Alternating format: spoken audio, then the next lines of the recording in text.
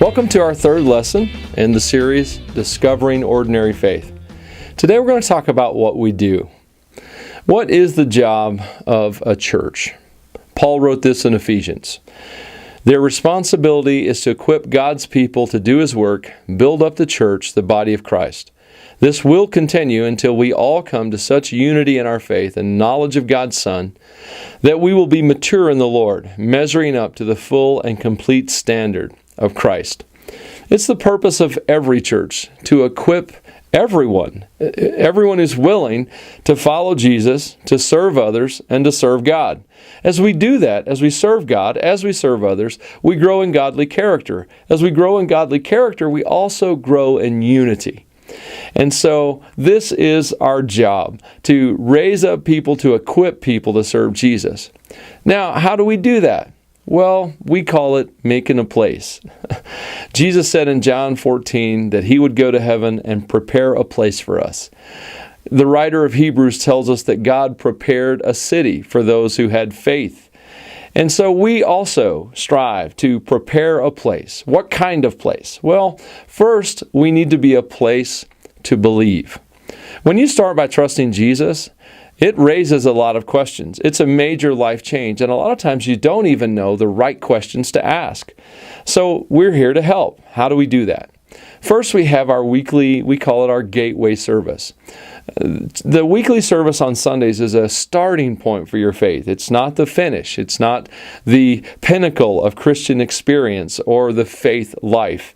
It's the beginning point. It's a place where you can come together, and we make it purposefully a place that makes sense, is the word we try and use. We try to keep out the churchy language and get rid of all the churchy things. That way, if you don't have a religious background, you could come to Ordinary Faith and it wouldn't be that weird. It'll always be a little weird, but it wouldn't be that weird. We also want it to be a place that's safe enough that you can invite the people that you work with, or maybe some people you're taking a college class with, or maybe some sports team you're playing with. You can invite them, and you wouldn't be worried that they would be offended over something that really wasn't worth being offended about. So we provide that as a beginning place to learn to believe and learn what it means to trust Jesus Christ. We also offer a lot of children's programs. So we do age-appropriate learning about Jesus for your kids at the same time that we have our worship service on Sunday mornings. We do that to help your children at a young age get started in their faith questions and moving closer to God, but also to give parents a few minutes to themselves to regard and think about their own spiritual questions. The third thing we do is we host a number of small groups. And the first one we encourage you to take is our Foundations class. And then after that, our Christian Basics class. But in a small group, you can ask questions in a safe place, you can have discussions, and you can process what you're talking about.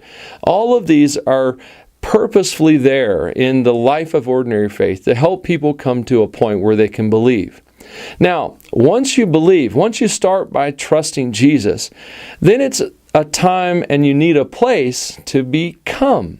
So the next step after trusting Jesus is to learn to live to honor God. Well, that also has a large series of questions itself. How will my life change? What do I need to do differently? Those are serious questions, and they're going to be applied in many areas of your life. So back to that Sunday morning service. That's not just an opportunity for the new believer.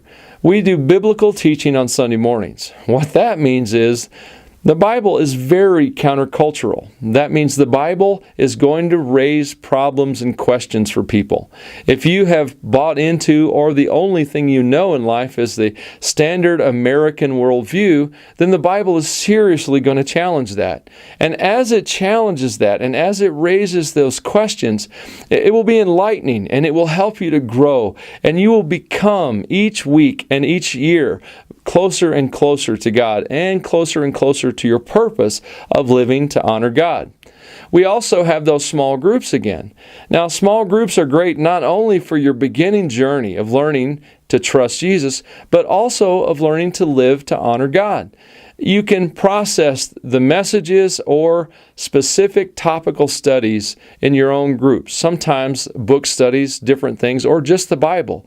You can sit with a group of people, ask questions, and you'll have a safe community to discuss those things, to be loved, and also to care for you in the event anything difficult were to arise.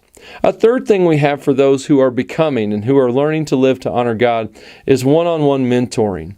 There are just some spiritual challenges in our lives that are just too big to be dealt with in a large group through teaching or in a small group through conversation. Sometimes we need counsel.